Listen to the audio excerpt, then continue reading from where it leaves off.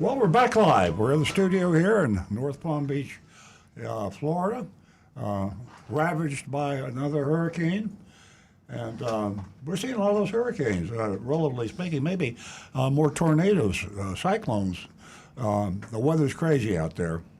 I mention this because there's $6.5 or more billion worth of damage from hurricanes so far, and it's still counting. We haven't added up the total. So we'll be talking on the show about protecting you from damaged cars. And you'd be surprised what a car dealer can do to make a car that shouldn't be sold look great. Sometimes I think they make them look even better than the ones that could be sold. But a good detailer can make a flood car, which is just absolutely, it should never be on the road, look nice enough where somebody could be tricked into buying it. That's what this show is all about, how to avoid being taken advantage of by an automobile dealer. We've been on the air for over 20 years.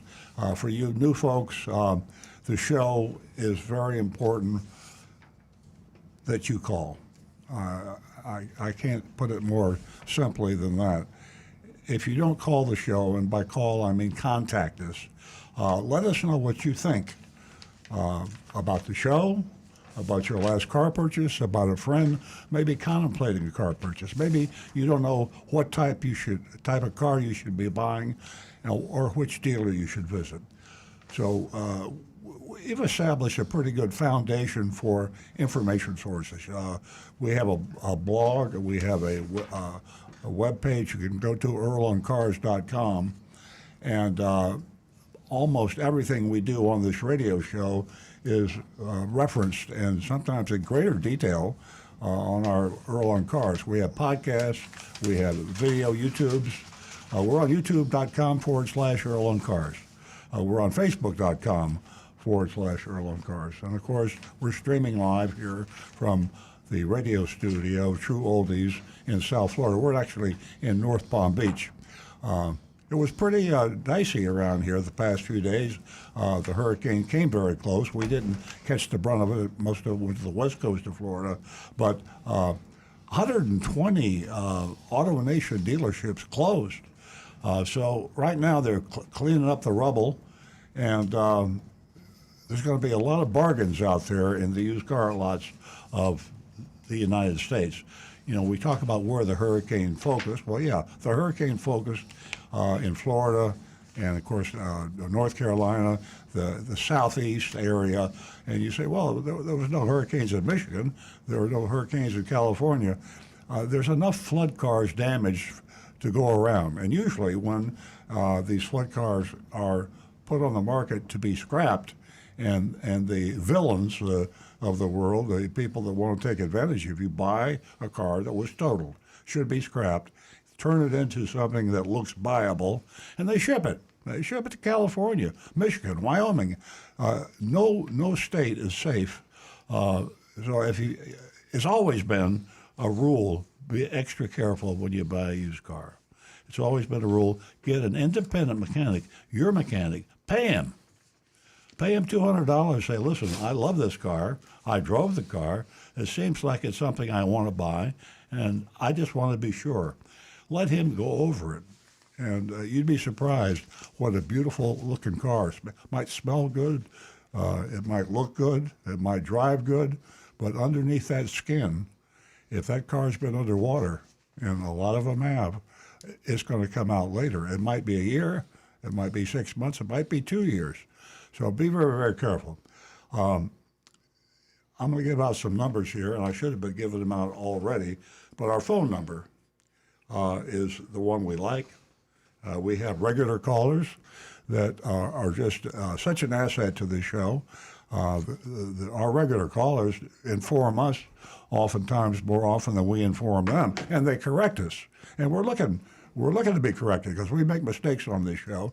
And you folks out there, the regular listeners especially, on YouTube, for example, youtube.com/Earl on Cars, without your contributions, Earl on Cars would not be the show it is today. Telephone number, You got a pencil handy? Write this down. We're on the air for 2 hours, so it might be an hour before you think it's out there. Maybe you get home and you feel like you want to listen to the radio at home. Whatever.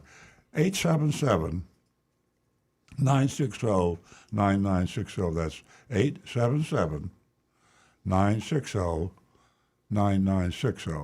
Now, it's either feast or famine with the telephone. People don't call for a while, and then everybody calls at once. There's no way we can avoid doing that. So to try to keep an even, steady flow of phone calls, we prioritize them.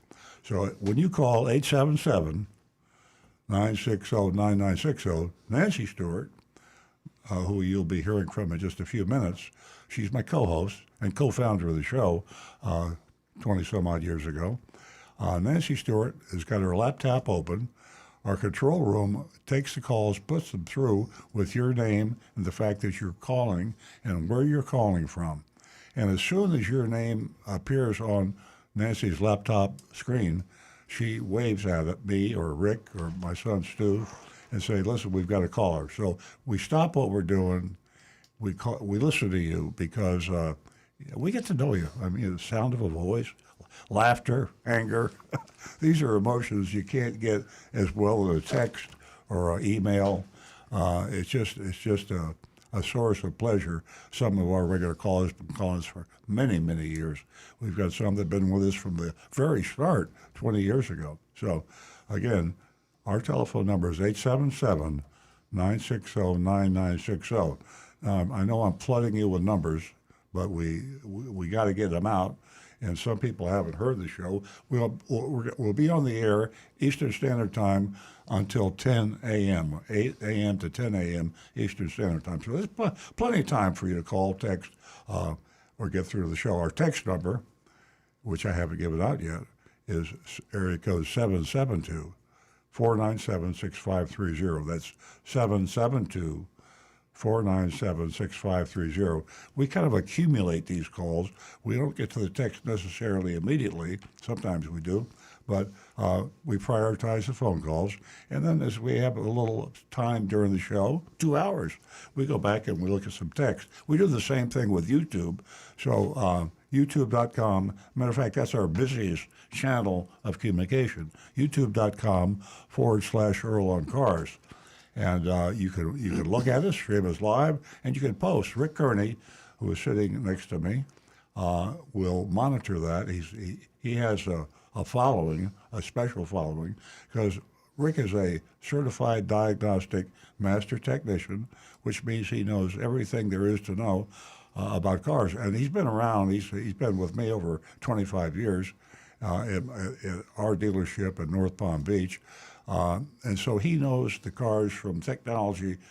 Every time I'm looking for Rick, he's in school because he's got to stay on top of the technology changes. Matter of fact, if an old car comes into our dealership, all the young mechanics go over to Rick and say, hey, what is this? What's a distributor? You know, it's just, they're components of a car. Most components don't exist today, right? I mean, they're just not around. So we got cars on the road being driven 25, 30 years old. How are you going to fix that if you didn't know back then? So check that, youtube.com/Earl on Cars. Now, I'm going to turn the microphone over to Nancy Stewart. As I said before, she's my co-host. Something very, very important that I didn't mention about Nancy is the fact that she has made this a show for the ladies, too. We started out, it was an old boys club. That's what it was.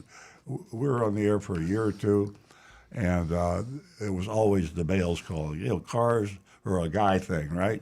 And if you go back in time far enough, there was a time when women wouldn't even be allowed to drive a car. And I mean, it's really crazy the way the world is flip-flopped. And now women are buying as many cars or more, and certainly influencing the purchase of the cars more than the men. And she built our listening audience, our watching audience, up to 50-50. So that's what Nancy Stewart is going to tell you about. She's also going to tell you about what you get if you're a female and you're listening to the show and you haven't called the show before, because we truly treasure new listeners. We've got a great base of regular listeners, a lot of ladies out there. But if you haven't called the show, Nancy is going to tell you now if she could ever get her microphone working over here. Good morning, ladies and gentlemen, there she and goes. welcome to the show. We have a special offer for the ladies. Give us a call toll free, 877-960-9960. First two callers, new callers, you win yourself $50 this morning. $50. Give us a call, 877-960-9960. Don't forget youranonymousfeedback.com. Also, I want to let everyone know that we continue to stay in touch Rick, can with you our tighten up her Zoom microphone, callers. please? And that number is 926-589-0586. Okay, thank you. Also, youranonymousfeedback.com. Don't forget that. We'd love to hear from you. Thanks, Rick. I'm only working with one hand this morning, but we'll get the job done. We have a great mystery shopping report, colorful. Hollywood, Florida, of course. Everything down in the South End has always been pretty crazy. Okay, no callers. Let's go back to the recovering car dealer. Yeah, the mystery shopping report, Nancy alluded to that, and we've been doing it for so long, we have hundreds and hundreds, maybe thousands. I don't know how many times we've been out visiting a car dealership with our undercover agent, Agent Lightning, and we've had a whole group of different undercover agents. Currently, it's Agent Lightning, a female mystery shopper, and it's not only entertaining, it's extremely informative.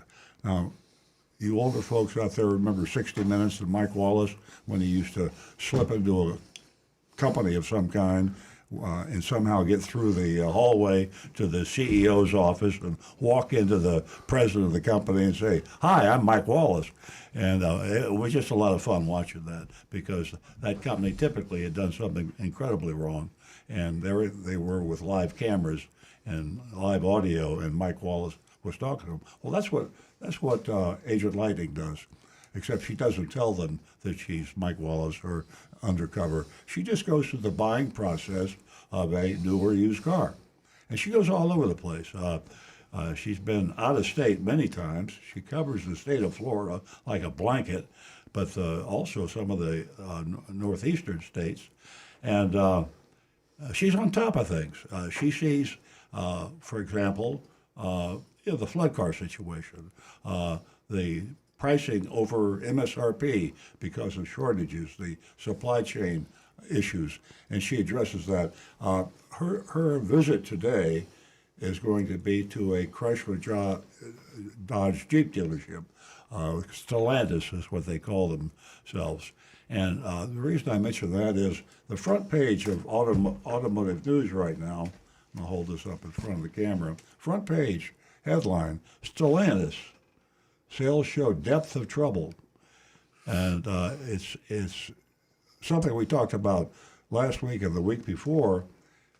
Car dealers are having problems of survivability. Is that a word? The industry is so shaken up now with electric vehicles and the talk of fully autonomous that a lot of manufacturers just aren't up to pace technologically, and they might not be around. So here we have probably the largest group of dealers, Stellantis, Chrysler, Dodge, Jeep, the largest group of dealers that used to be dominant 6 or 7 years ago. Stellantis was the number one manufacturer. They actually hit number one time. And now they're struggling for survival. And they've got too many vehicles. And you need to tune in the last half hour of the show between 9:30 and 10 and listen to what happens when Agent Lightning visits a Stellantis Jeep dealership in South Florida, a dealership that is in an endangered species. The salespeople and managers, if I worked at a Stellantis dealership, I'd be very nervous about what am I going to be doing for a living next year, because Stellantis is hanging by a thread financially. Anyway, that's what makes the mystery shopping report so important. I also need to let you know, yes, we We're have a going to caller. go to the phones. Going to interrupt you. John's been holding for a while from West Palm Beach. Good morning, John. Hello, John, you there? Yes, I am. Good morning. What can we do for you? Well, I went to this dealership. I don't know if you ever heard of it, called Stewart Toyota. Okay, is that the And- Toyota dealership in Stewart or No, Earl Stewart Toyota. Earl? Okay, that must be me. We're opening with a comedian. And So what do you have to say, I John? bought a 4Runner, a used 4Runner, Thank you very much. and the service was superior. The people were so nice, and my wife is tickled. Well, that's good. It's an emotional experience buying a car, and people don't fully understand that. But having just been through the process, you know how exciting it is, and that's one of the reasons that the show exists. Because when you get emotionally excited about something, sometimes the brain doesn't kick in, and you don't go through your checklist. And we've seen it happen many, many times. But sometimes you can have a honest experience that's also emotionally satisfying. Sounds like you had one of those. So thanks for sharing that with us. Yeah, I was really pleased with everything. If your listeners have time to get up there and see your dealership, they won't go anywhere else. Well, that's fantastic. Thank you so much for everything you do. You have a great day. Well, we appreciate that. When I get compliments and I get people that tell us about our dealership, I go into my full disclosure mode, which is we own a Toyota dealership in North Palm Beach, Florida. We've been there since 1975, but we're not on the air today to talk about our dealership. Our dealership's name is Earl Stewart Toyota, and we don't like. I sometimes shy away from that because people will accuse us of doing this show just to sell more cars. We don't do that. We do this show to help you avoid being taken advantage of. In fact, sometimes we find out that we took advantage of somebody. We are a car dealership. We have 160 employees, and I like to look you in the eye and say everybody in my dealership is totally above board, honest, and ethical. Every now and then you get a rotten apple in the barrel, and we've had that happen. We've had people come into our dealership, and we find out, embarrassingly enough, on live radio and streaming that we did something wrong. And so if you happen to have bought a car from me and didn't have a problem, be honest. Tell me. You help us. You be our mystery shopper. That's what we do every week. We mystery shop another dealership. We also, by the way, mystery shop ourselves. Anyway, do we have any calls waiting, Nancy? Yes. Okay. Ladies and gentlemen, I'm going to give out an important telephone number, and that's someplace where you can let your voice be heard, and that's with Ashley Moody, the Attorney General. We really need your help. That number is 866-966-7226. How do you feel about all of the fees that most of you get stuck paying before you walk out the door for a car that you thought was, well, it's a lot of smoke and mirrors.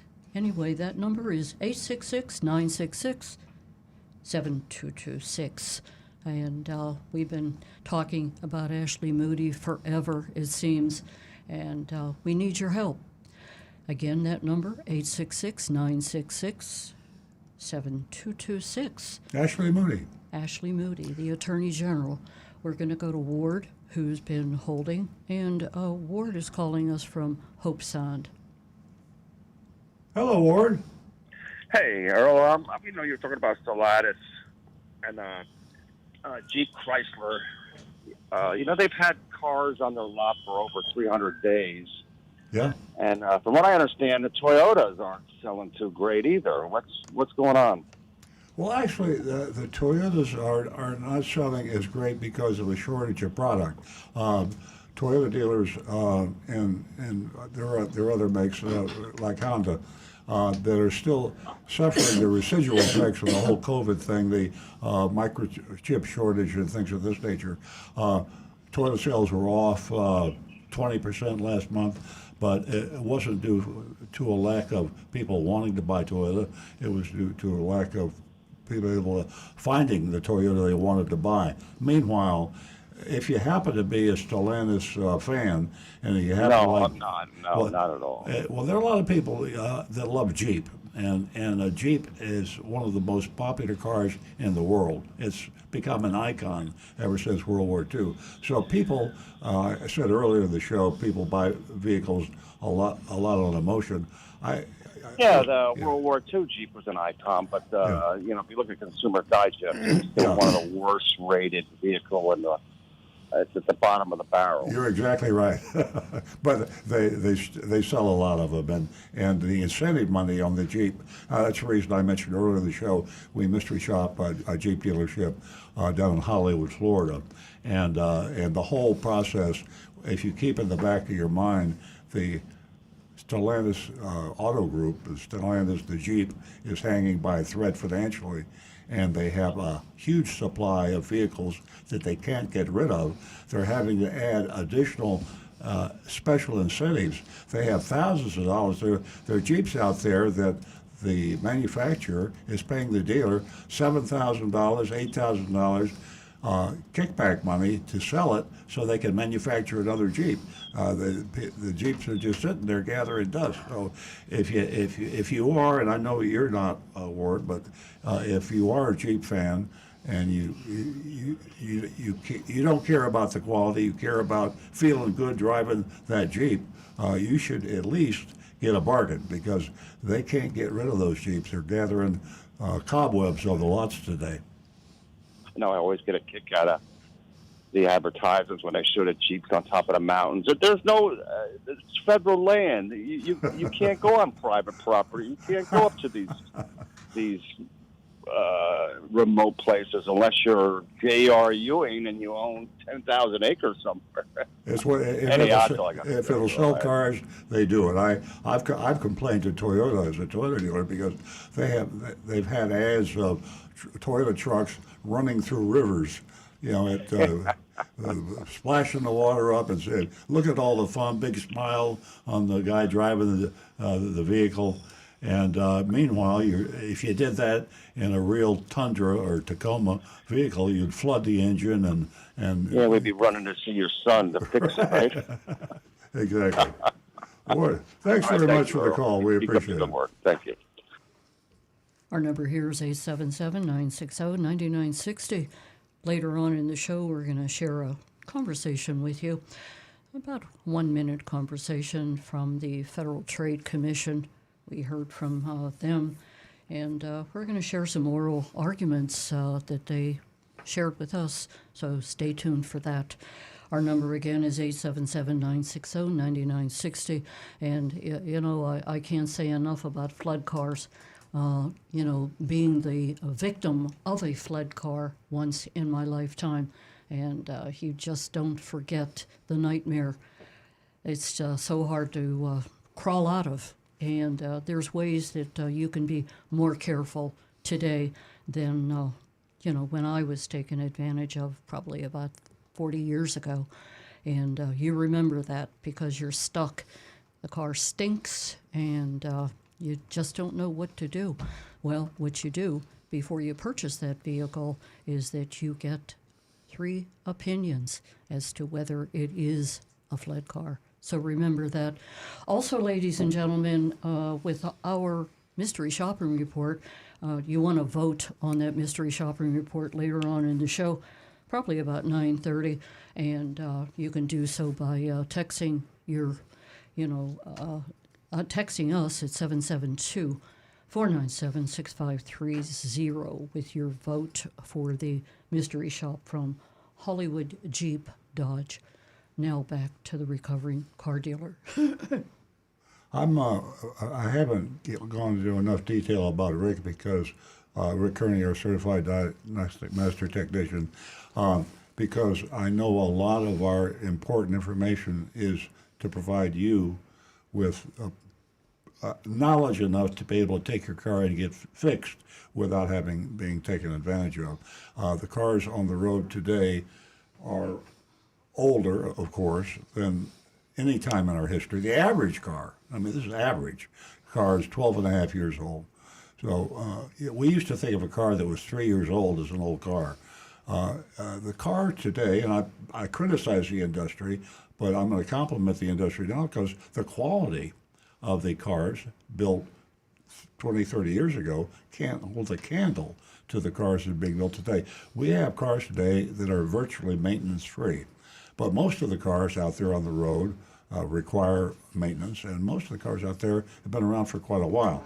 So that means you're going to be getting some interesting symptoms, and you're going to be tempted to take your car into your local car dealer and say, can you please make my car stop squeaking, or can you please find why this is my car is vibrating or pulling. And when you put an open-ended question to a independent mechanic that you don't know, or a car dealership service department that you don't know, there's a huge opportunity for them to take advantage of you. So Rick Kearney, he's got the answers. And if you don't want to buy a car or lease a car, but you just want to keep the car you got for another 2 or 3 years, and you got something that's got you worried, give Rick a call. And he monitors YouTube, youtube.com/Earl on Cars. Or you could call him at 877-960-9960. You'd be surprised some of the things that we have diagnosed that callers have said. I was into my local Chevrolet dealer, and he said that my Tahoe required $7,200 worth of repairs, and Rick said no. It needed a new, it needed a $20 fix, or it doesn't need anything, or I mean, we're not talking about a few $100s here, folks. A squeak, rattle, or roll is a smell. Some little thing can be absolutely nothing, or it can be something very serious. So if you want to get your second opinion before you even have to take it in, and then you're prepared to deal with the situation. Remember, the people in the independent garage that you go to and the people in the dealership service department that you go to are all on commission. Now, I'm not going to be critical of a person that's trying to make a living. So if someone's paying me a percentage of everything I sell a customer, when a customer comes in with a car, am I going to be looking for problems in the car? Yes, I am. I can almost rationalize it and say I wouldn't be doing my job if I didn't look for all the problems. But at what point, morally, ethically, do you draw the line? And that line's not going to be drawn by the independent service garage or the independent dealership service department. That line's got to be drawn by you. Best way to draw the line is a second opinion. And we got a second opinion guy here that you can't beat, Rick Kearney. And if you call him at 877-960-9860, or YouTube him at youtube.com/Rolling Cars, he can save you a ton of money.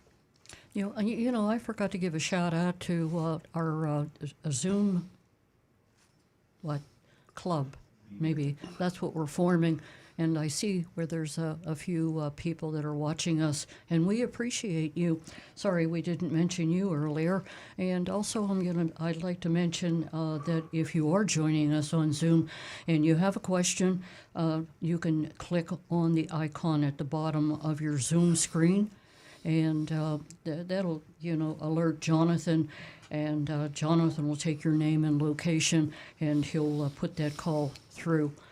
So keep that in mind. And that number, if you didn't jot it down for the Zoom meeting, 926-589-0586.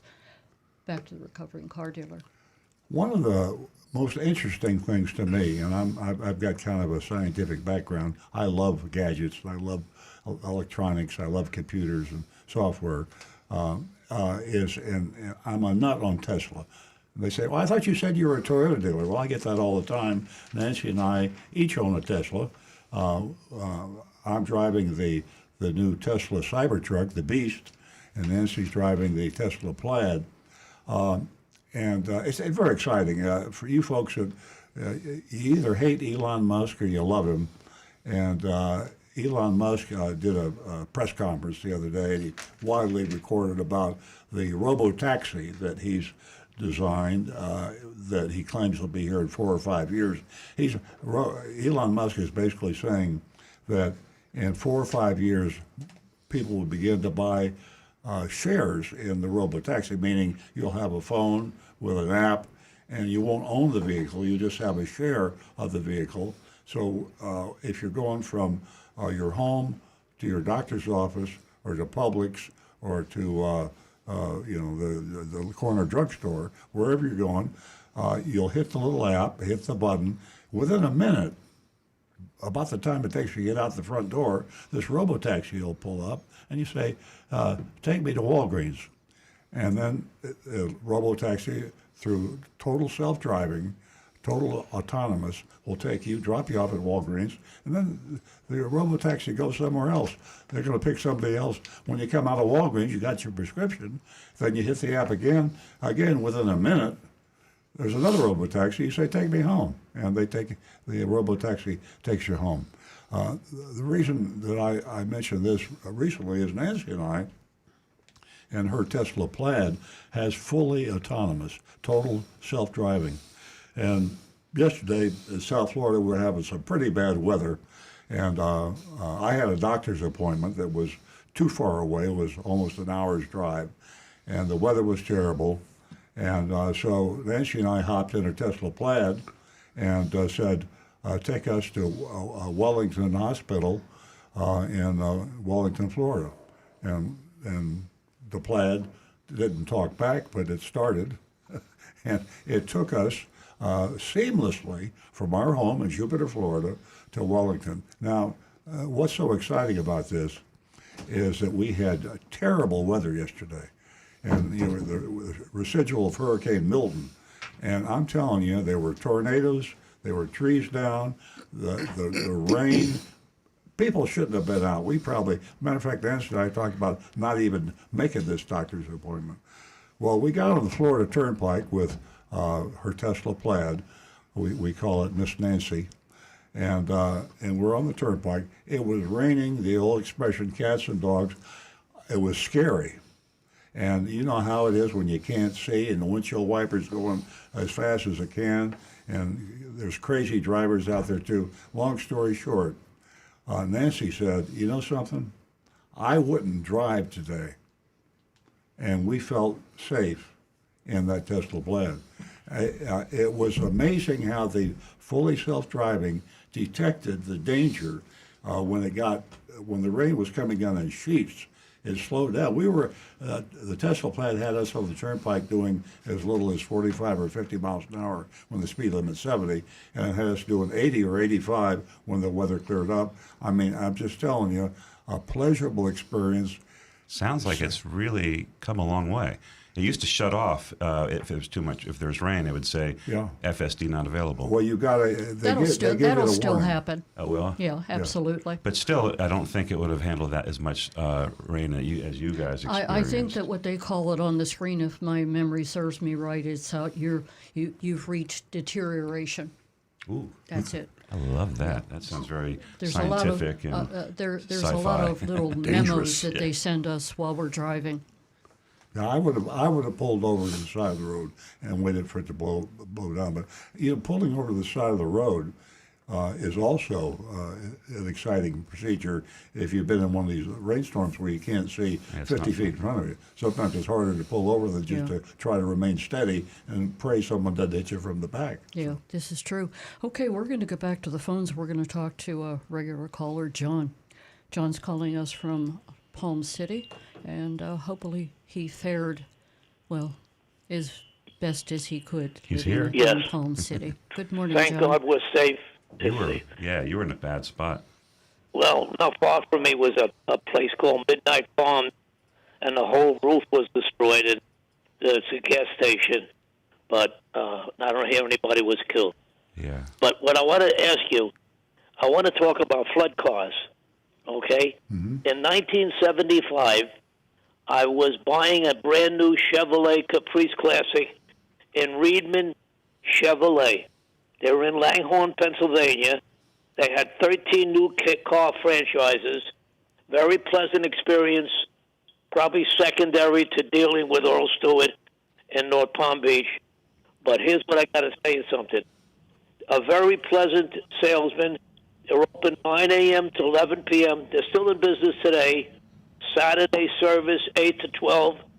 And here's this actual story they told me. There was a big dealer group that purchased Pennsylvania's noted for floods, and particularly in the Poconos.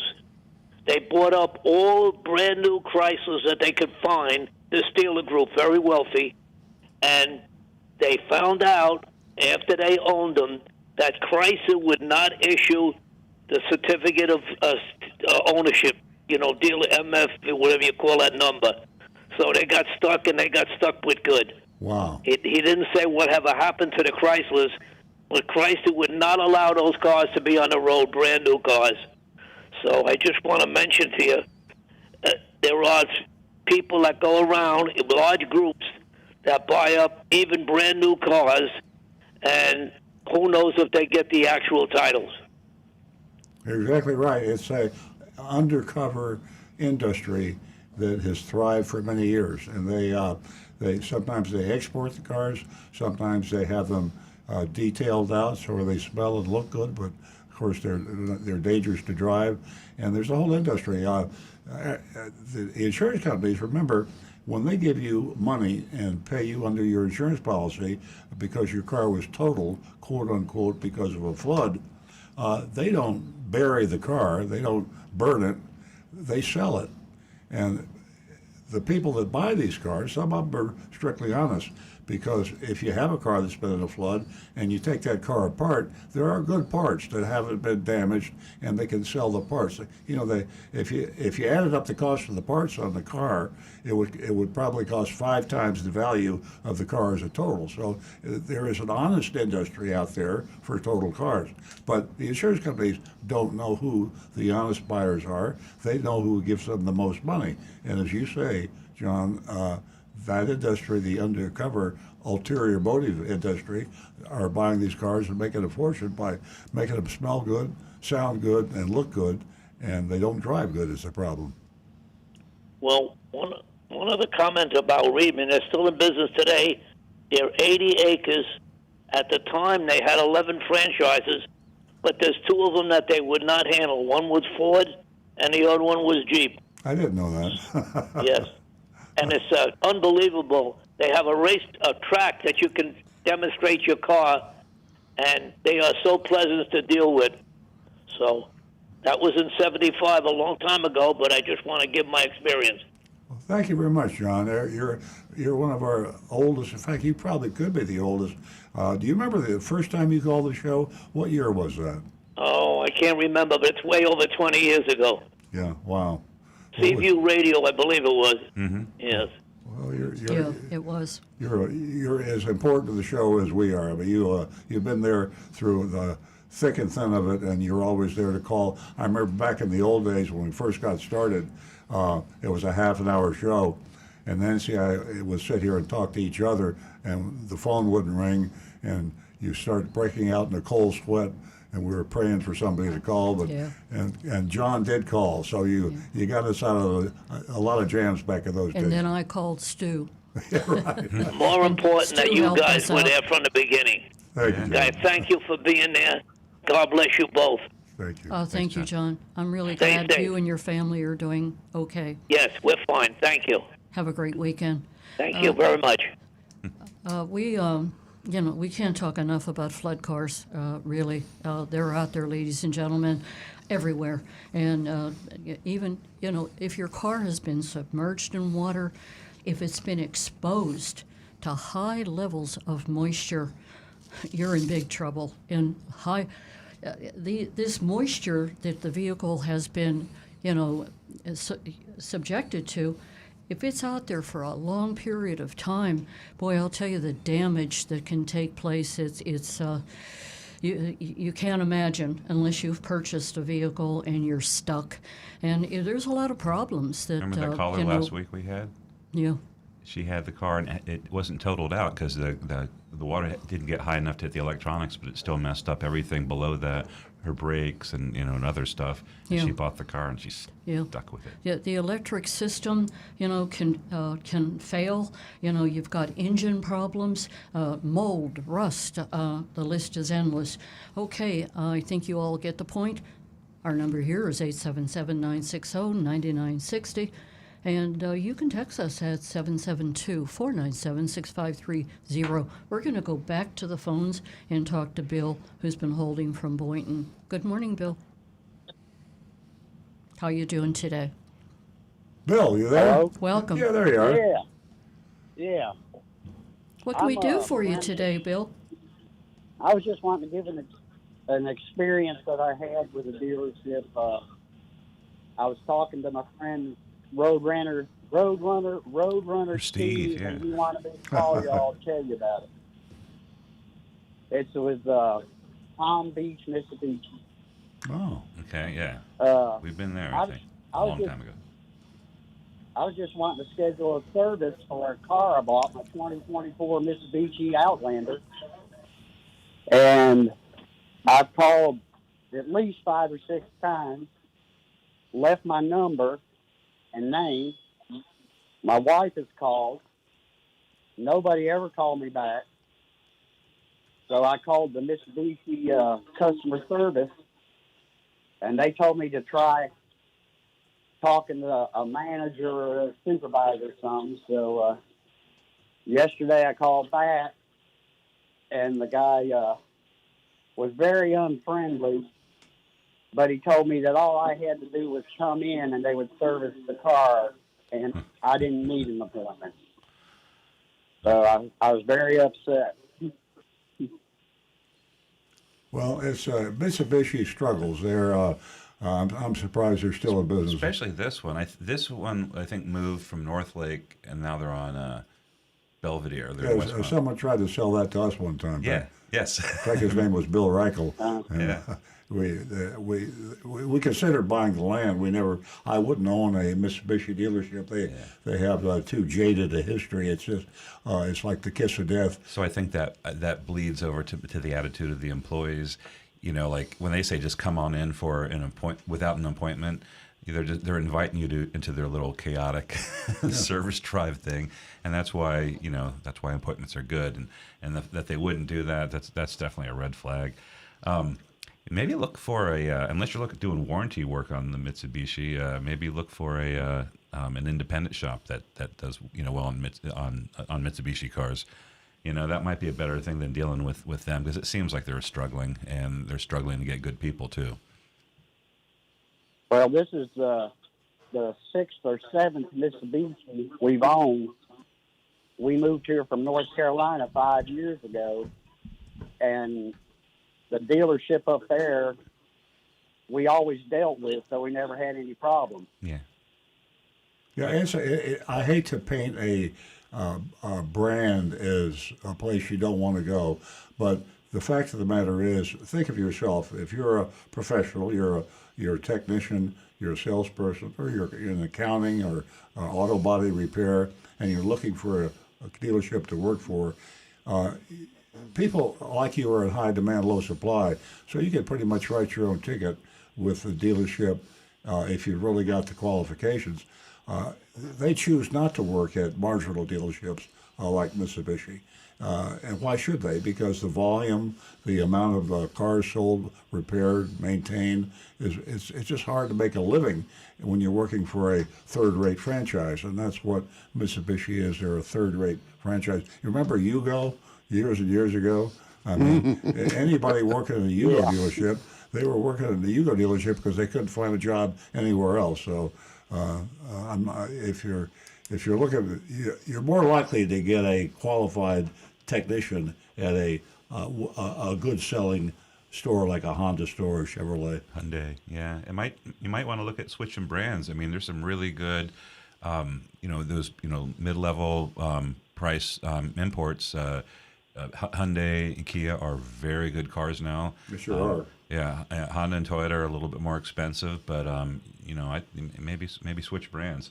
Because I wouldn't be surprised if they stopped selling cars in the United States, at some point in the next few years. I'm amazed they're still here. Yeah. I mean, I had experience with Peugeot, and they're gone.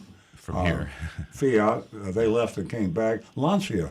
I bet people don't even know what a Lancia is. Oh, yeah. I was a Lancia dealer. Oh, here's one. A lot of people don't know. I was a Checker dealer. That's right. Checker cab. Yeah. Remember after Checker Cab went They out were of business, tanks. they were still manufacturing cabs. So somebody says, "Oh, we'll just set up a line of dealers." So I raised my hand. I was a Checker dealer. I sold 6 of them, right? Well, I was just amazed of the lack of customer service and the lack of care. So, Yeah. Yeah. Yeah, you're seeing the result of exactly what Earl was saying. Yeah, it's not like people are in there with the tier 1 people aren't working there because it's fading away. Well, thanks for calling. Thanks. We appreciate I'm the gonna have call. to change brands. All right. Well, call us if you need any help picking a new one. Thanks for calling. 877-960-9960. Give us a call. We'd love to hear from you. Share your experience. We'll talk about flood cars. We're going to talk about the damage that everyone has sustained by the hurricane and tornadoes. How what's left of your car. While we watched the news, we saw a lot of cars that were just spun into the air, and it's just amazing, the damage. We're going to go back to the recovering car dealer. First, let me mention that we do have a viewer, and he is part of the Zoom club. And of all the places, he's watching us, and he lives in London. That's so. Wow. Yeah, he's in London. And I think he joins us now just about every Saturday morning. And he called quite a while ago. Right, Jonathan? We took his call, and I guess he doesn't have any more questions. So if you're listening, we'd love to hear from you again. Hey, he just gave us a shout out. Okay, our local number here is 877, toll free, of course, 960-9960. And you can also text us at 772-497-6530. Please don't forget Ashley Moody. We'd love for you to get in touch with her. Let your voice be heard. Are you tired of, I know the consumers are tired, of being taken advantage of, and we've done our part on this end, and we need you. So give Ashley Moody a call, and that number is 866-966-7226. That's Attorney General Ashley Moody. Back to the recovering car dealer. We talked earlier about the Federal Trade Commission, and we talk about the Federal Trade Commission a lot on this show. And of course, your regular listeners know that there's a lot of push going on now for the Federal Trade Commission, the federal agency, to hold dealers accountable for their bait and switch advertising and for their junk fees and all the other things that we know that goes on. And we, on this show, we have filed an amicus with the court at the 5th District Court, federal court, and they had some oral arguments. Jonathan has got queued on the computer back here just a sound clip of the oral arguments before the federal court, the 5th Circuit Court. And that is the Federal Trade Commission versus the Texas Automobile Dealers Association versus the National Automobile Dealers Association.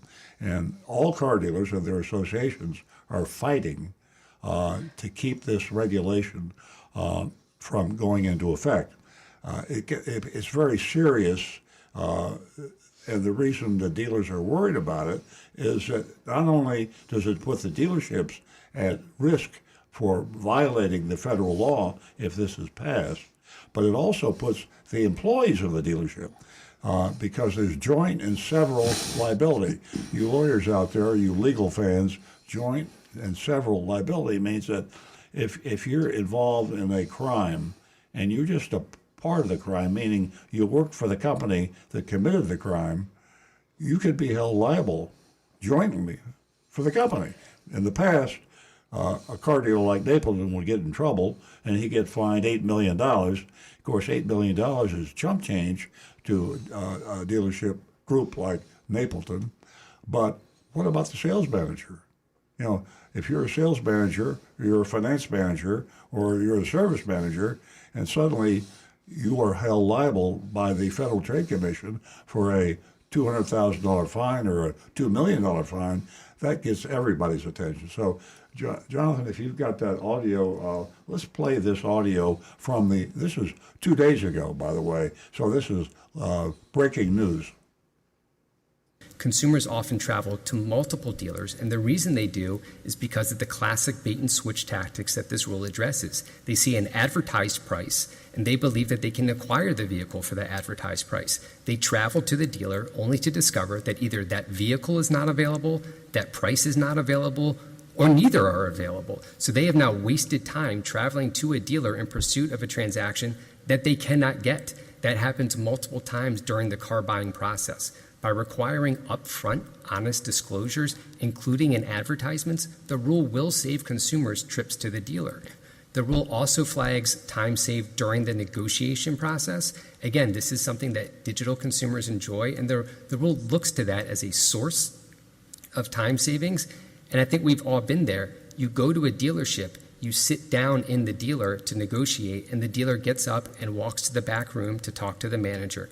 That is time that you have wasted during the negotiation process that digital consumers do not waste. They can just do that by email while they're sitting in their kitchen, while they're upstairs playing with their kids. They don't have to wait there during this back and forth.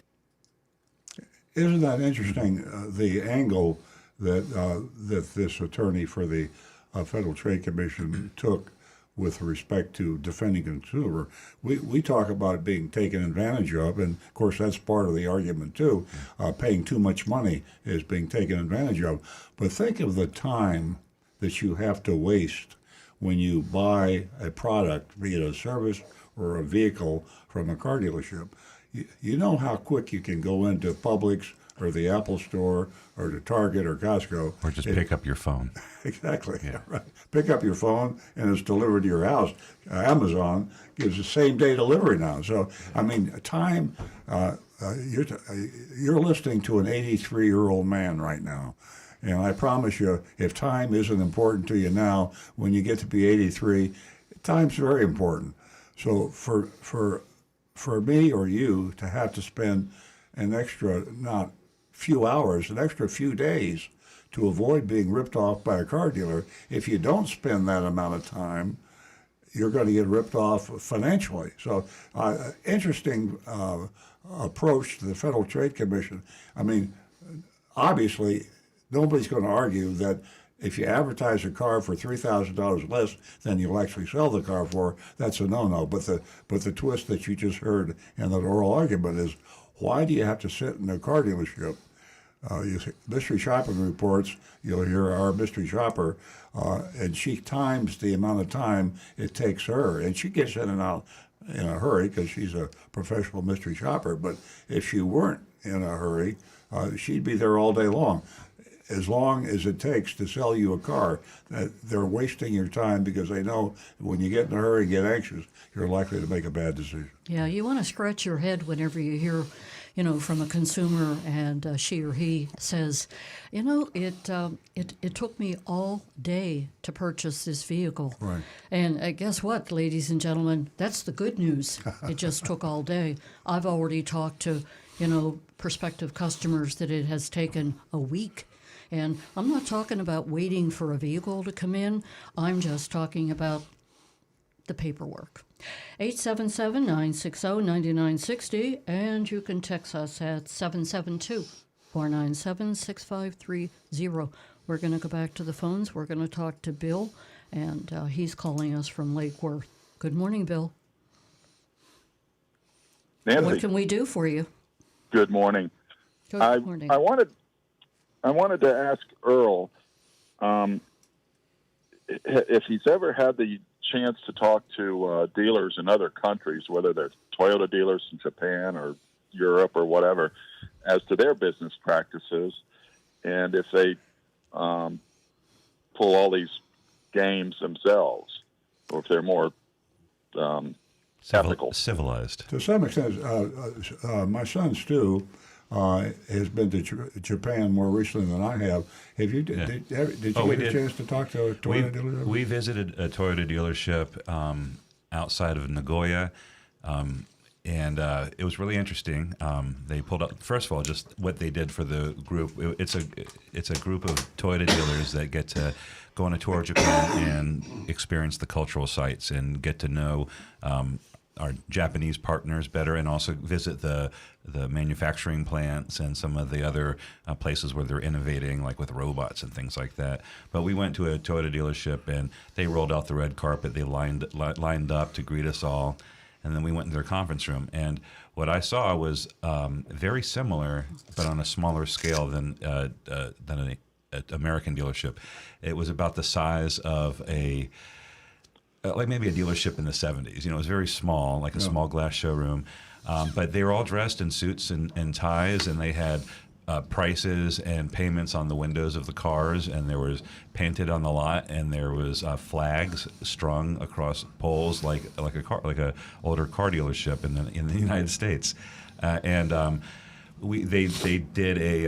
would negotiate, but not as much. It wasn't a contentious thing. They said it didn't take as long. I also understand there's a lot of like door-to-door sales with with cars in Japan, like very like demure 50s era sort of American things that they still do. But I didn't ask them about like, do you guys screw the customers or things like that. So, we kept it very polite because they were extremely accommodating. Sure.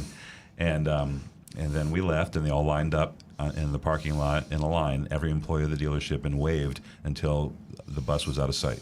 Cool. It was really cool. But it Well, looked I like that. understand. Also, I know. I was in England recently, and I drove past car dealerships on the way from the airport into London, and they look like regular. I think they call them motor sale. I forget what they called them, but I didn't visit those. But they look like big American dealerships. Yeah. Okay. I understand negotiating on the price, perhaps, but all the junk fees and everything they I hit you doubt with it. at the end of the process. I doubt it. This feels like more of a the result of of more of a lax, laissez-faire sort of governing style that we have in the States for business, and it's different, I think, in a lot of other countries. Yeah, right. Sure. Quick comment from Donovan here. He says, for the caller, in Western Europe, car dealers do not get to pull any of the stuff that they get away with here in the U.S. Yeah. They would end up in jail if they did. He said dealers are also very small, and most people order a car. They do not simply pick one off the lot. Yeah, that makes sense. It's a lot of the ideas and efficiency we get come from places like Japan and Europe, and it seems like they've applied it. But I don't think. I mean, we're capable of great efficiency. It's the business decision not to avail themselves of technology, because the technology is there to buy a car and have it delivered that day. We could do it. It could be done, but there's a lot of fight pushback. This is very profitable. The current model is very, very profitable. Yeah, Canadian dealers are also nicer and more honest than American dealers. I have that experience through Northwood University, which is a college to train car dealers, and a lot of Canadian dealers come to America to Northwood University to learn to be car dealers. And I was.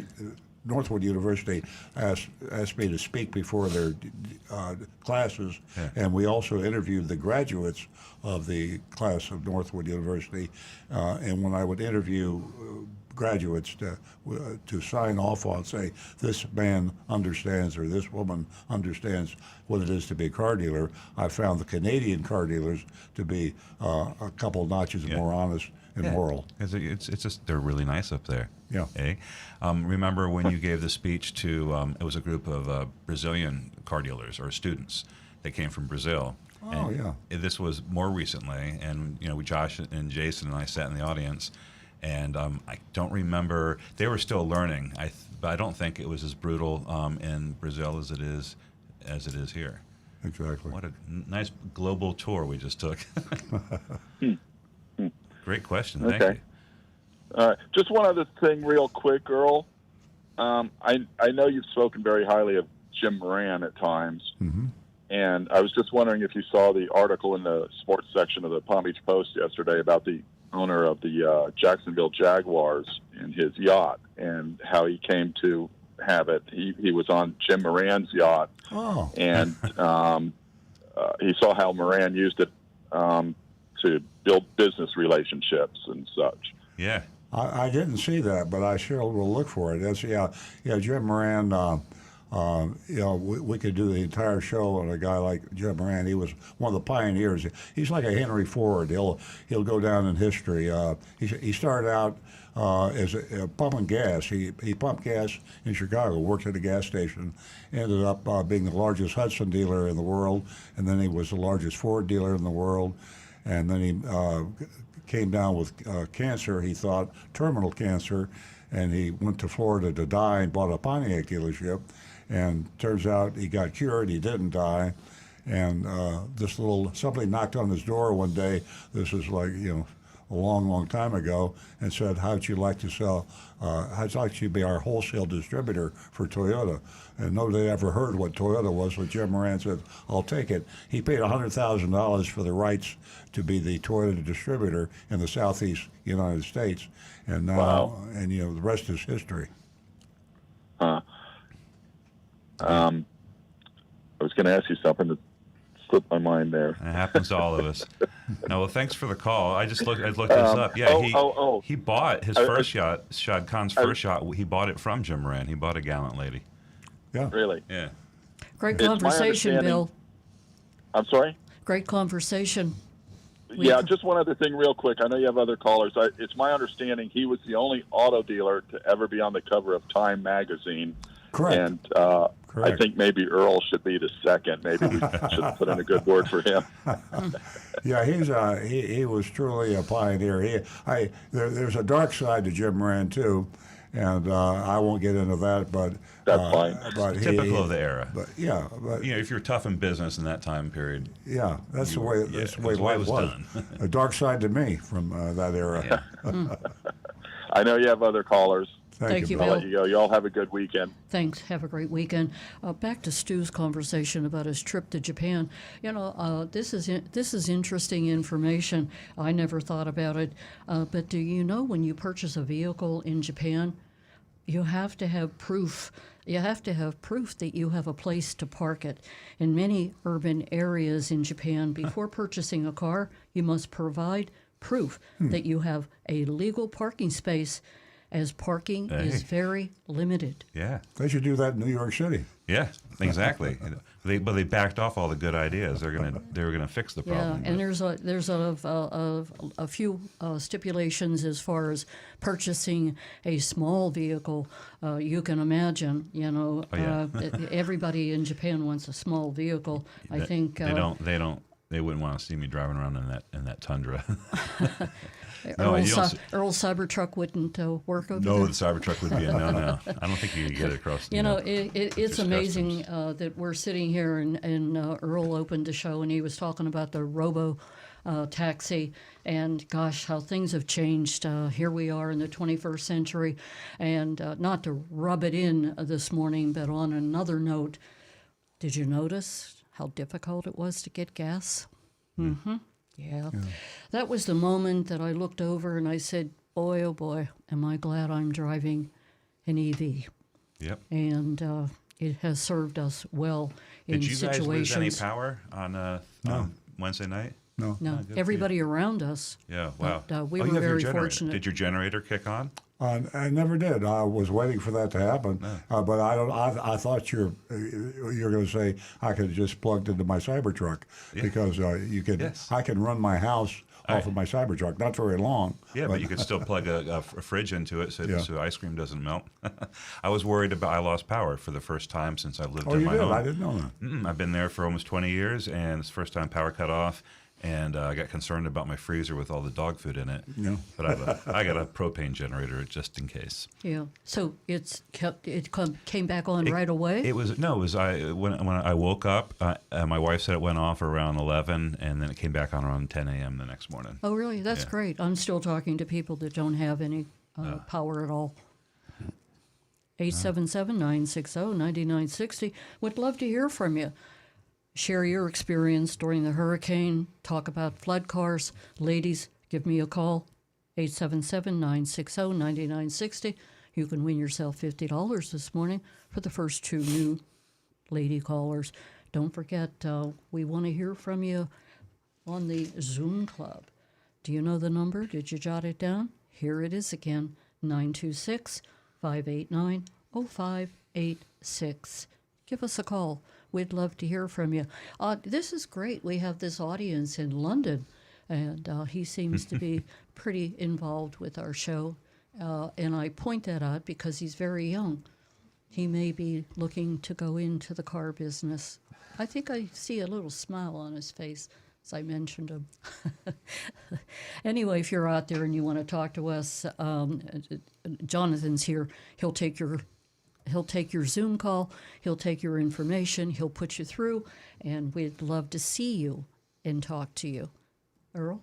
Well, we're getting carried away about buying and selling cars, and again, I got Rick Kearney with his vast knowledge sitting next to me, and he can tell you how to fix your car and not being taken advantage of. Yeah, Jonathan, do we have a call from Ocala? Here's somebody who was in the line of fire. We have a call from Ocala, and I'm not sure. Well, if there's a Good caller morning. out there, what's your name? And, Good morning. Good. Hello. Hello, Ocala. How do we do that? Jinx. Ocala, Florida. It's about 40 miles south of Gainesville, I think. It's amidst a wonderful forest. Yes. Springs. Well, let's go back to what do you Rick think? if we haven't got a call. Don't know. Okay. Well, Ocala, if you're listening, give us a call back at 877-960-9960, and we're going to go to Hello? John. I'm still here. Hello. Hey, Ocala. Hello. Good Yes, morning. sir. How you doing? Good morning. Thanks for calling. We didn't get your name. Welcome. Sydney Mondesi. All right, Sydney. Good morning. Welcome. Morning. Yeah, I have 2 questions for you. Okay. I have a Toyota Highlander 2013. Right now, I have 200,115 miles. My first problem is the back window, the weather strip inside. Every time I put the window down, they go down with the window. I don't know what can I use to fix that problem. And I don't know if they sell this little piece. Yeah, that's called the belt molding. If it's the piece on the outside of the window, No, and on the inside. on the inside weather strip. Yeah. Okay, yeah, that can be replaced. Basically, you'd have to remove the door panel and then take that weather strip piece off and replace it. What you might try doing is, do you have window tint on your car? No. Okay, that's good, because a lot of times window tint, We'll grab it. the thickness of it and the material will actually grab that rubber weather strip. The best thing I can suggest for just to try it is try scrubbing the window really well with some good Windex or other glass cleaner, and especially try to work it down around that rubber weather strip. And sometimes that will actually solve that issue for you. But if not, you would have to replace the rubber strip on there. Pretty cheap, right? Yeah, Would you just give me the name of it? The part would be less than $100 on that, and I mean if you can handy enough that you can pull the door panel off yourself, it would. I mean, you're talking maybe an hour maybe to replace that. What kind of tools would he need? Probably just a Phillips head screwdriver and some sort of I can like do little that. pocket screwdriver to get the plastic trim pieces out. And What's the name of it? it's just called the inner weather strip. So if you go to your local Toyota dealer and tell them what you're looking for, Hyundai dealer. Hyundai, he said a Toyota Highlander, Highlander. 2013. Highlander. Oh, Highlander. Come on, guys. Stay sharp. So, yeah, if you go to your local dealer, they'll be able to bring up a picture on the computer, and so you can point and say, yes, I want this weather strip at the top edge of the door panel and tell them it's for the inside, and they can easily order you a new one. Most dealers in South Florida, right now things are going to be a little weird because of the hurricane, but most times if you order a part, they'll have it the next day. Hey, guess what? I got the part number. It's a 2013, right? Yes, sir. Hey, you want to jot this down? Yes, You got a pencil? yes, sir. Okay, it's part number 68172-0E as in Earl 040. And it's about $40. Actually, its MSRP is $40.75. There you go.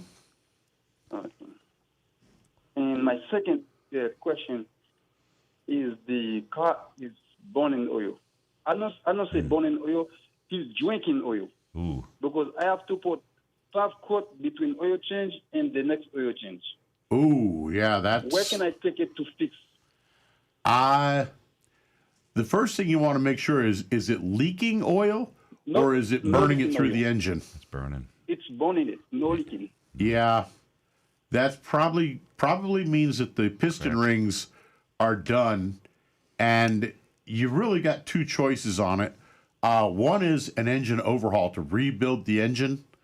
The other is to have the engine basically replaced with like a recycled engine, a used engine from a scrapyard.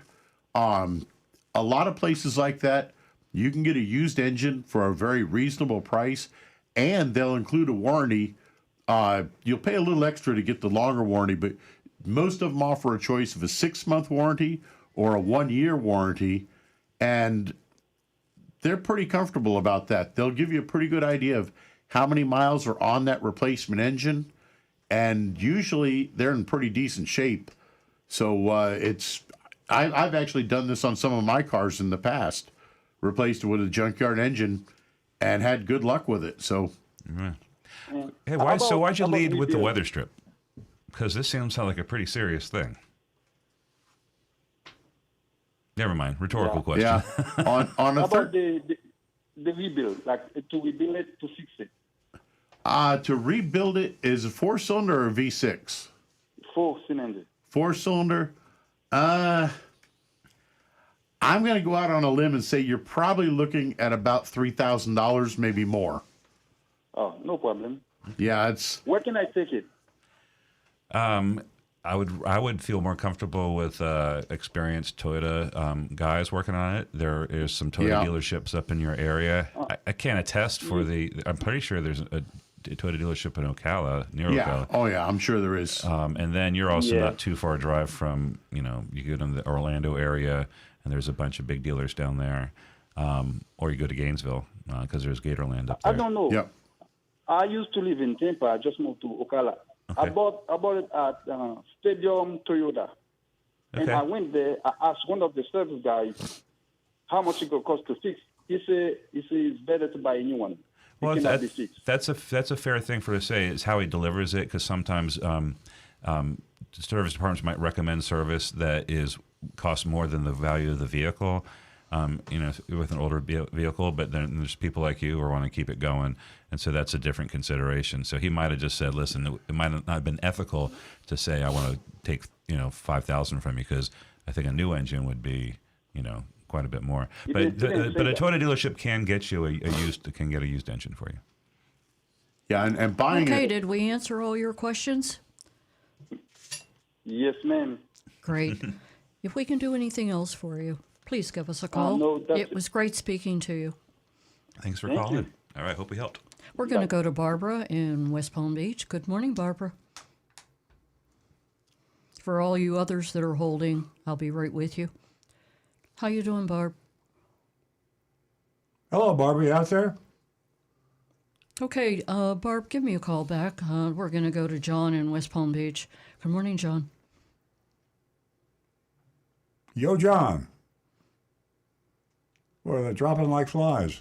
You think we got a technical problem? Oh, there's Barb. Oh, there's Barb.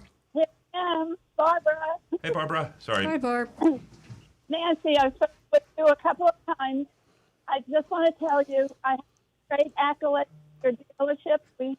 been dealing with you since 2009, and I have tried to get another Venza, and now I have a 213 with 118,000 miles.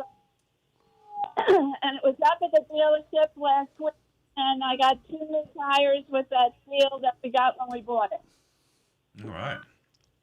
And Interesting. Randy is a great person. Randy is a sweetheart. But it's a trip for me, 45 minutes. I don't have my husband, but I will never go someplace else. I'm Wanna having a tell hard you, time. You're such wonderful people. There's a lot of. I think the phone connection is dropping in and out. And Cutting in and out. I'm trying to catch every other word, Barb. Oh, I'm sorry. It's my wonderful Apple. oh, okay. Are you on Bluetooth So- now? Can you hear me now? Yeah, I that's can hear better. you. That's better. Okay, well, I was just saying it's a wonderful dealership. It takes me 45 minutes to get there, but I won't Wow. get anywhere else. Wow, that's a long drive for you, but wow, I really appreciate making the trip. Thank you. My gosh, that's kind of. I mean, that's great. It's a little crazy. I don't know about Well, you. I'll tell you, the other dealer is around the corner from me. Boy, there's a lot. Yeah, you can throw a rock in South Florida and hit a Toyota One in dealership. Royal Palm Beach. Well, I'm glad you're making the trip, and it's good to hear. Yeah, 16 Toyota dealers between Palm Beach County and Homestead. Yeah, you can't miss them. Barb, Okay. you know, whenever you're making an investment in a vehicle like you are, it's really worth, you know, doing your homework, and I commend you. Thank you. Please I go. will never get another car. I'm 83 years old. Oh, is that right? Well, good. Yes. Good for you. You and Earl graduated the same year. Well, consider, you know, this is an opening for me to tell you why I'm so high on autonomous driving. Is I figure this way, at a certain age, you probably shouldn't be driving a car, and but who cares? If you have a car that you could use that is fully autonomous and safe. All you do is walk out the door, get in the car, say, take me to Walgreens or take me to Publix, and the car will take you there, wait for you. When you come back, it picks you up, takes you home. So you might be driving, you might be being driven, but when you're 93 years old, so don't give it up. It's fun to be in the car. let me tell you, I've been driving for 66 years. I've never gotten a ticket or I've had an accident. Wow. That's That is incredible. something. That's The insurance companies Interesting. love you. Wow. Well, USAA. Oh, yeah. Best insurance company out there, USAA. Yeah, congratulations. they still Yeah, love my you. Great husband was a insurance. retired colonel. You're a statistical anomaly. Yes, you are. Okay, Barb. I've Okay, thank you. got some calls. Talk Thank to you you for later, calling, and give us a call again, 877-960-9960. And remember, ladies, first 2 new lady callers, $50. 877-960-9960. We're going to go to John. Good morning, John. John's calling us from West Palm Beach. Yeah, hello. Going to address the gentleman up in Ocala. Mm-hmm. If he goes to replace window stripping, and others who tend to do work on their cars, before they go and purchase a car, they can go to a you pull, Mm-hmm. and if they've never taken apart, like for instance the door panel, go work on a junkyard car, take their door panel apart, get your part, Very it's good gonna cost idea. you maybe $5. Now you know how to take it apart and put it back together. I love Or you that work idea. on your Great idea. I love it yeah, because that's- I have done. Rick's got an opinion, and I don't know what he's going to say, but I'm going to say that I have ventured into things before that I certainly would have benefited with a dry run ahead of time. I would just say that if you want to try that, okay, but you'd have to find a junkyard that has a 2013 or reasonably close to that year Toyota Highlander that hasn't already It's got been to be disassembled. 2008 to 2013. Yeah. Yeah, sir. But you got to find one that somebody hasn't already pulled apart, and then try to pull it, for your practice mode. My actual recommendation would be to go on YouTube, because I guarantee you somebody out there has a video posted that will explain exactly how to pull that door panel off, showing you each of the hidden screws and clips and how to remove each of those clips properly and safely. So you and John are from two different generations. Yeah, and John, thinks like I do because of his age, and they don't have junkyards like we used to go to, John. The junkyards now, unfortunately, are all online, and everything is categorized. So the junk dealers, they buy up these cars and they strip them and they put them online, just like going into a car dealership parts department. They've got everything that you could possibly want. We restored a 1937 Pontiac a few years ago, and we were able to restore that 1937 with all original Pontiacs just from availability. So if you got a car and you need a part, that part's out there somewhere, and you could go online now, get your grandson to show you how to do it, and find that part, and it'll save you a lot of time, because you're never going to find the junkyard like we used to go to. Well, there's two of them off of Southern Boulevard and the Turnpike. I think it's Dyer Boulevard that we go to. It's called You Pull, You Pay. Mm-hmm. It's online. You look at the car that you're looking for, and it'll tell you if it's when it came in, and you want one that came in within a couple days, because if it's after 2 weeks, it's been picked through. Yep. I remember when I was a lot younger, I used to go with my brother to the junkyard to get parts for his car, and while he's trying to pull certain parts off for what he needed, I would go to some of these cars and I'd just take a screwdriver and I'd start disassembling things and just laying it out just to play with it. I mean, I'm 14, 15 years old, and I would just take stuff apart just to see if I could get it to come apart. I can take things apart real easy. I just can't get them back together again. That's my problem. That's I inherited that's the that. real trick. That's where all That's my why I like this idea. That's where all my tools come in, ladies and gentlemen. I have my own tool belt, the whole thing. Well, okay. We're at a quandary. As I said, If anyone takes the advice from this winter, wear boots, because it is muddy and wet. Yeah, it's kind of nasty. A lot of oil on the ground. Yeah, it's probably a Superfund site. Well, and the other thing to watch out for, especially right now with all the rain we've had, watch out for fire ants. Ooh. You won't believe it, but the rain will bring the fire ants up out of the ground, out of their nests.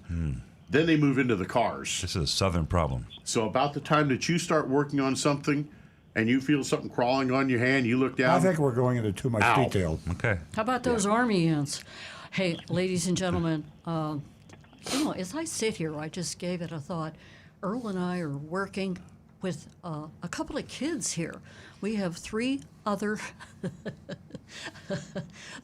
people, men, who are involved in the show, and they're kids. You and I have been talking about age a lot. And did you think about that? Stu, Rick, Jonathan, they're a couple of kids compared to the two of us. So anyway, that is public information for everybody.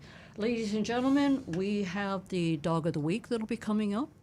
His name is Meeks, and he's a cutie pie. Meeks. And we have a video, unfortunately, is, I'd say, quite brief, but we will be showing you that video so you can take a look, as Stu pointed out to us. All right, listen. This is a private matter. It was an observation. It's a private matter. Well, I don't know about that. I do want to read Anne Marie's text before we get to Anne Marie's Meeks. text is coming up, and we have the mystery shopping After the report commercial coming up, break. and we have Meeks coming up. Now, Stu is going to share that text with you. I just thought it was a really interesting take. I know a lot of people were asking about the hurricane because, wow, that was the big event this week. But Anne Marie has a really interesting question about hurricanes. Good morning. Florida's been hit by 2 hurricanes in the last 2 weeks. How dealers respond partly depends on how likely the storm is going to hit them and their ethics. Yeah, you're onto something. First example comes from jalopnik.com. Hurricane Milton was bearing down on Courtesy Toyota of Brandon. Staff moved as much furniture from the showroom floor to make room for as many cars as possible. Those they couldn't get into the showroom, they put into their massive workshop. They stacked cars on top of each other by putting cars on lifts and storing cars beneath them. Some trucks are used to block the entrances to the parking lot, while the remaining trucks were moved closer to the building, away from the trees. Then the staff leaves. Example 2 comes from the other side of the state, which was only experiencing feeder bands of rain and tornadoes. Daily Dot reports that a car salesman at Wallace Volkswagen in Stuart, who we have mystery shopped, was still trying to close a sale while under an active tornado warning. And by the way, tornadoes hit up the road in St. Lucie County and killed 4 people. The Daily Dot story is backed by videos on TikTok. Granted, dealers walk a fine line as to whether to close or stay open when dangerous weather is possible. It is a tough decision. What does your dealership do when faced with hurricane and tornado warnings? Well, that's a great question. It's really hard to do this because every storm is different, and we've tried. And here I'll state our general policy is we stay open unless we're in a hurricane warning, and typically that is a normal situation and everybody's okay with it. Sometimes we have ambiguous situations, like it's a strong storm and it's not, we're not in the cone, but there's potential effects that we're going to get. So we've told our employees, hopefully that they take the message to heart, is even if we're not closing, anybody who feels unsafe leaving their home, or anybody who feels they need to focus on their home or protect their home, they go. We're okay, because we usually get down to a pretty skeleton crew anyway, because there's not a lot of customers coming in right before a hurricane.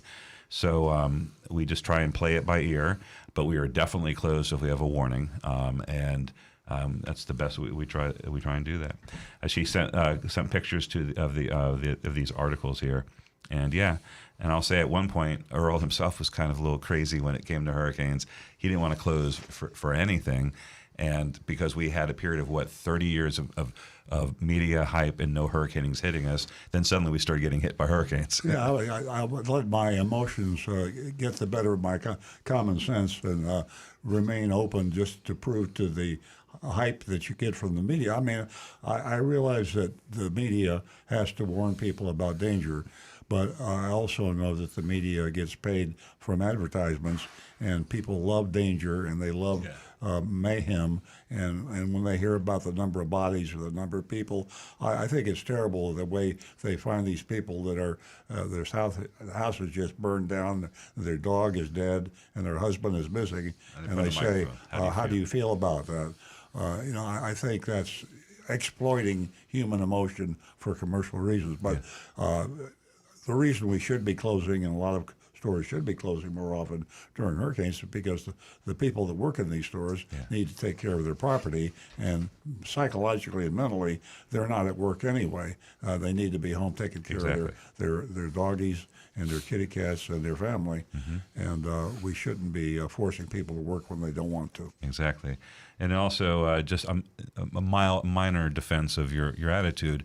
I'm a second generation Floridian. Earl is native born, and that's kind of rare in your generation. Most people are transplants, and we went a period, and I don't know. Okay, I'm this short story. I was born in 1968. I didn't experience a hurricane until I was in 6th grade in 1980, and then I didn't experience another hurricane until I was married with children in 2004. Yeah. Climate change or the increase in storms has changed, and now we don't think that it's never going to hit. Things are changing. I had 2 hurricanes before I was 40 years old. So interesting. Okay, if we don't have any more texts to get to, let's do it. If we have any YouTube, we've got to move. We're running out of time here. We got the dog of the week coming up. What do you say, guys? What you got for me? Woof woof. I want a dog. No, I want a nothing. dog. No YouTube. No. I got a bunch of comments on YouTube we can run through real quick if you'd like. We'll go to the to the dog of the week, and then we'll go back to the both of you for the text and for the YouTube. This week we have our dog of the week, and I don't know whether you're familiar with Big Dog Ranch or not. By now, everyone should be. We are definitely involved with Big Dog Ranch, and we certainly try to help and do our part to ensure that these dogs have a home. And today we have a little hound, Mix, who came to us from Georgia. Meeks. And Meeks is looking around and he's wondering why he is at Big Dog Ranch. And that's where you come in.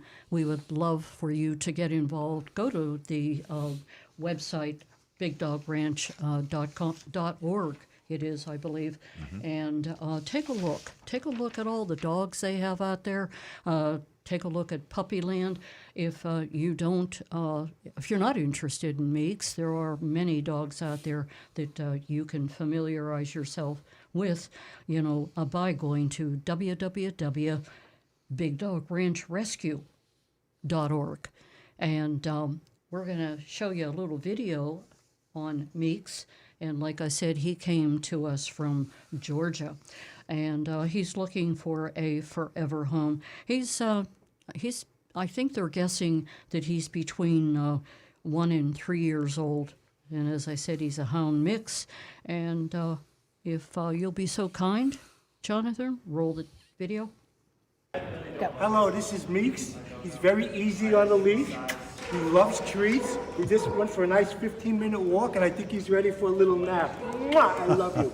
Great dog. You gotta adopt Meeks. Look at that guy. Well, you can't look. Yeah, he's so cute. And the luxury of this, ladies and gentlemen, is the fact that we pay the fees to adopt the dog. It's very expensive.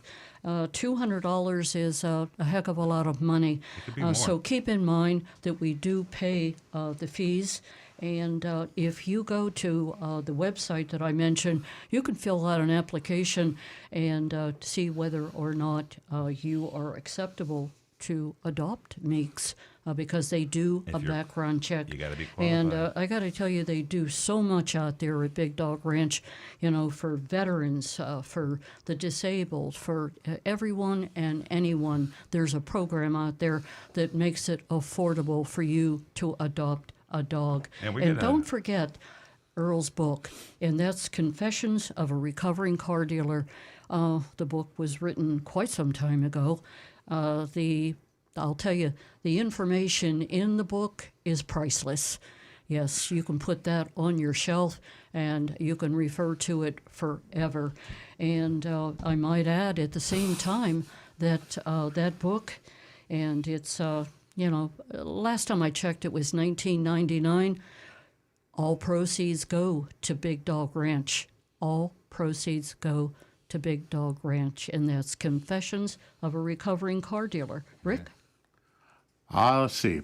You had hold on a second. Before you start reading these comments, I got to tell these people about Meeks. I mean, because a lot of people heard it but didn't see it.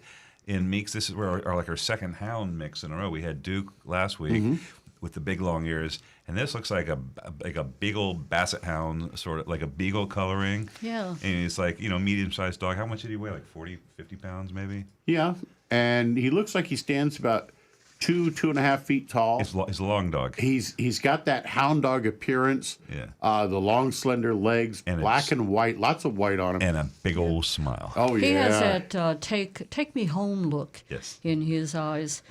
He is just adorable. Yeah. If you didn't catch our video that we just showed, watch it. Come back to YouTube and watch it. Go to www.bigdogranchrescue.org and take a look at it.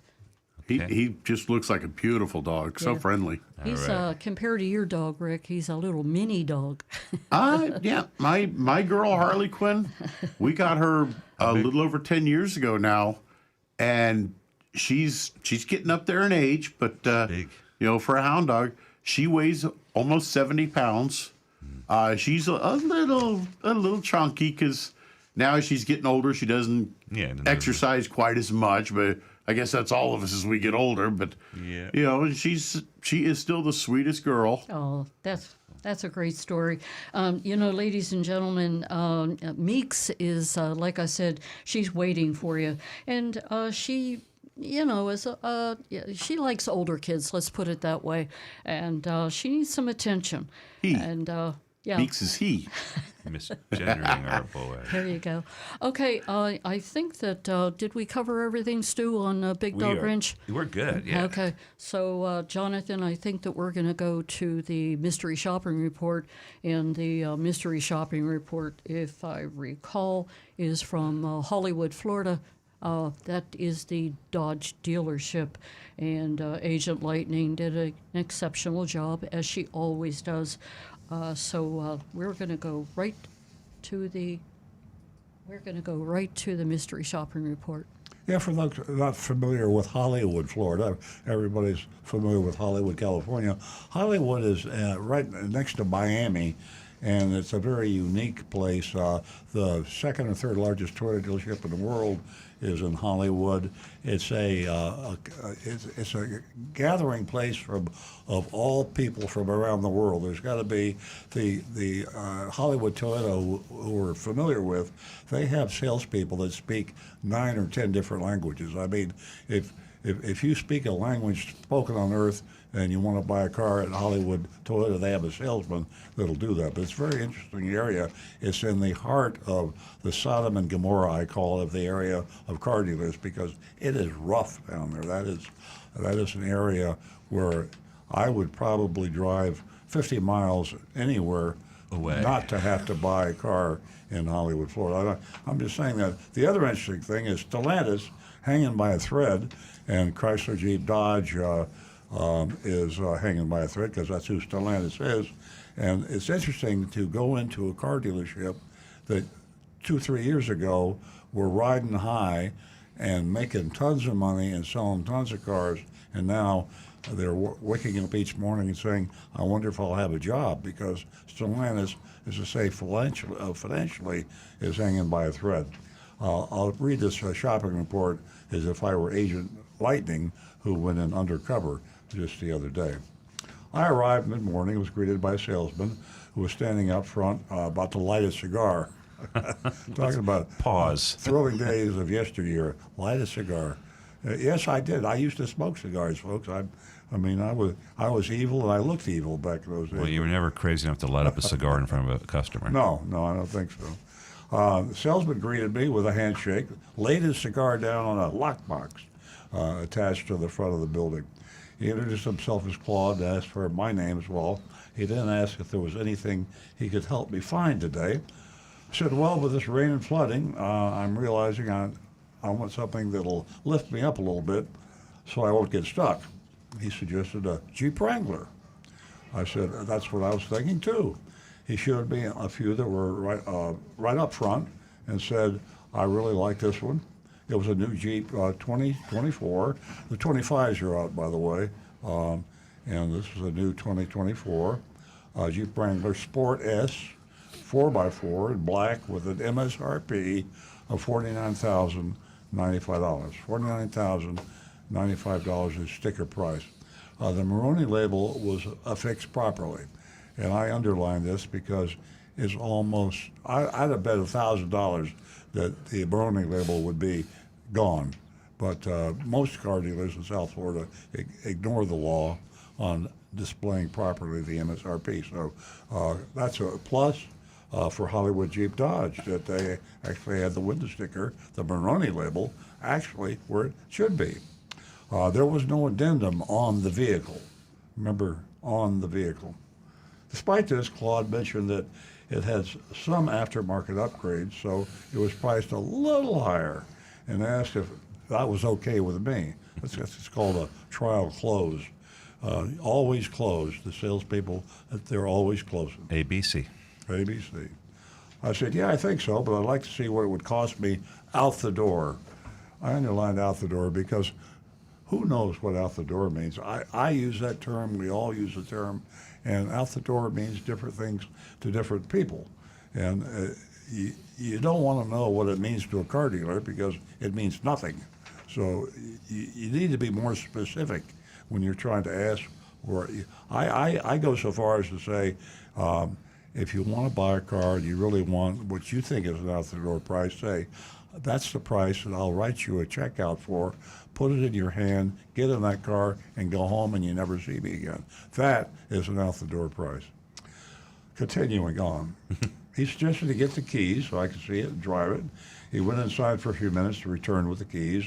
He mentioned he was looking forward to a break, and he was going on a drive, so this was perfect timing.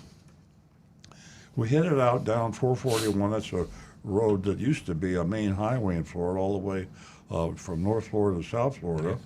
And it's still a main road down there in the Hollywood, Florida area near Miami. 441. 441. 13th Street. And he navigated the roads while making a lot of conversation. Sounds like a good salesman. I let him know up front that my husband won't come in with me and we won't pay over addendums. So there's a little worry now for Claude. Agent Lightning will not pay for addendums. Claude told me that the vehicle had aftermarket items which raised the price. Remember, there was no addendum where they should have put those items if they're going to charge him, but now we find out about it. And he says wheels, rims, and a winch that's totaled about $7,000. Whoa! $7,000. That's why. About 15% out on there. Crazy. He asked if I was okay with that. He was another trial closed. I shrugged. I didn't want to test drive another vehicle or waste more time. We arrived back at the dealership, headed inside, where he asked for my license and confirmed my address. Claude asked, "What brings you all the way down here?" I said, "Well, for starters, I still don't have any electricity, so I decided to come down to the Hard Rock. That's the Seminole Indian casino, if you're not familiar, in South Florida, the Hard Rock, for a while. But honestly, I'm not a fan of the Jeep Napleton dealership near me, and anyone that listens to the show is not a fan. Is not a fan. Nobody's a fan. Well, they are fans of Napleton because he's still in business. But locally, Napleton has a terrible reputation. Nationally, I guess they do too. So she said, Agent Knight said, and I'm picking my family up from the airport shortly, so that's why I'm here. That's why it'll work out just fine. He then asked what vehicle I was driving and if I'd like to trade it in. I said, no, I'm keeping it. It gets great gas mileage. Claude said he understood, and then asked what I planned on buying. I said, well, when I planned on buying, and I said, well, if all goes well and the numbers are reasonable, today. And if you don't give them that information, you'll never get the game playing, because they'll if they think they can sell a car today, that will derive a greater amount of action and a lower price. Because that's what the manager's going to ask. The first thing is she buying today? Exactly. And you go, yes, boss, she's buying today. She's told me. That's the hot button. You got to say that. He wanted to know how I was going to get two vehicles home. Very astute of him. He might have been a little suspicious. I said, my family's flying in. One of them can drive it for me. He then excused himself to talk to a sales manager and get some numbers. I waited for a while and then stood up. He looked back and saw me and asked, you aren't leaving on me now, are you? I said, no, I was just looking for the restroom. He directed me toward the restroom, asked if I would like some water. I returned to the showroom and waited for a while, roaming the showroom floor. He kept coming out saying his manager was crunching some numbers for me. And it takes time. I mean, they must have been moderately busy. Finally, after about 25 minutes, he returned with a proposal. The market value selling price was $61,643, $12,548 over MSRP. Where did that come from? Yeah. Now, think about this. Jeeps have cobwebs on them now. They can't sell them. The inventories are huge. Stellantis, that builds the Jeep, the manufacturer, is hanging by a thread financially. They are pushing big incentives to their dealers to clear the lots because the dealers aren't ordering more cars from Stellantis because they have too many cars parked on the lot. And here we are with the Jeep dealer in Hollywood, Florida, asking $12,548 over sticker price. Okay. That's the scenario. Then they took off a $5,000 discount before air quotes discount.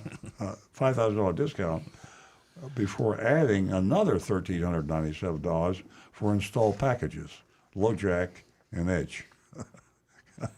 Unbelievable. $1,881.48 in fees. Nearly all junk were added. So this is huge. I mean, this is huge. insane. And in view of the fact it's for a struggling manufacturer, and by definition a struggling dealer, to go for the jugular and looking for thousands and thousands of dollars over a sticker, it was like it was 3 years ago during the height of the COVID issue. Shortage of supply, where they could have gotten $12,000 over. But today, the cars are not selling over sticker, especially for Stellantis and Chrysler, Jeep, Dodge. I was shocked at how high the price was of this vehicle because the window sticker already showed aftermarket items. Well, it didn't, but they weren't aftermarket if they were other money. Yeah. So that was a little mistake there. Claude explained there were additional aftermarket items totaling over $7,000, and that's how the price got all the way up to $61,000 with a $5,000 discount. I'm getting dizzy. Yeah. I thanked him for trying, said there was no way I was paying that much for the Jeep. He asked, let me ask you this. What price would make you drive off with this Jeep today? Now, this is the question that is burned into the brain of every salesperson, because salespeople, and the way they're trained today, and the manager, it's the puppet thing. The salesman's the puppet, and the sales manager pulls the strings. And you got to say, when you go back to see the manager, the man, and you're the salesman, you have to have asked that question: what will you buy the car for today? And Agent Lightning asked the question, and he asked the question. Agent Lightning answered it. I said, if I was around $55,000 out the door, I'd do business right now. So he got his answer, and now he wants to run back to see his manager. He wrote those numbers at the bottom of the sheet, and this is really old school right here, and asked me to sign confirming I would do business if they could meet that price. Now, there's nothing legal about that, but it's a mental commitment, and the buyer, Agent Lightning, may feel legally bound. I mean, when someone asks you to initial and sign something to assure you that this is what they would pay, maybe they do obligate themselves mentally. I don't know. I mean, we see it sometimes. Yeah. It's not as often, but it's really old school. Now, this is unusual. Psychological trick. Yeah, this is unusual. Anyway, Agent Lightning signed it and made that commitment. So that Claude had to be thrilled. So he must have danced back to the manager, returned a few minutes later, and said that after speaking with his manager, Claude said she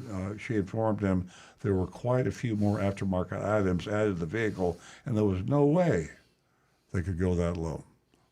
Okay. Maybe an additional $1,000 off, but that'd be the best way, the best they could do. I thanked him, said that wasn't going to happen. I stood up and left and said, he said, let me know you have my card. And there you have it. A financially threatened dealership and manufacturer. Rough shop. Trying to go for the jugular, get thousands of dollars over MSRP. You figure it out. I don't know why that would happen, but it does. And now we got to vote. And we do the curve. A is the best dealer that you want to run across, which could leave a lot to be desired because they are car dealers. And F is, you really got to be a criminal to get an F on the curve. So most of our scores fall in the middle, C's, really bad D's, really good B's, but once in a while we go above that, but not very often. So we'd like to hear from you. If you want to vote, you can do so at 772-497-6530. 772-497-6530. Or you can vote on the YouTube channel, too. Yeah. Or text me. Oh, you just told him that. All right, so Jonathan in a freshly flooded out Palm Coast says, it didn't take long for me to crunch the numbers and give this dealership an F. The addendums were too high to even consider a better grade. Bob says, the F I am giving is so big and heavy, I had to use the winch on the Wrangler to pull it up. Oh. All right, that's a big old F. Anne-Marie says, hooray for Hollywood. Just had to say that. Got the Monroney sticker on the window where it should be. 12,000 plus over sticker for a Jeep. Run, don't walk from this dealership. C minus. And I see she is definitely thinking about the curve there. I struggle with it. This is not that different. I'm just wondering. I'm struggling to understand the fact that they Walker. They had so much profit built into that. Did they really think they're going to sell that Jeep that day? I don't think so. It's kind of, I don't know. It's a big old mess. I'll give them a D. I've got Brian Sedlatko says, I would have walked out too. F. And over here we got Tim Gilliland says D minus. Mark H simply says F. Looking for a rube or think they can prey on a woman. George Petrillo says F. Neo Shazam says D. Rocky Blockatiel, D minus, close but no cigar. Cram 1624, F. Ran out of the showroom 12K over. I can't go that high. T Cash says D minus. Really? A winch? Is that for getting stuck in the Dunkin' drive-thru? It's pulling your friend out of the Dunkin' drive-thru. Yeah. I think I'm going to follow along with most of these.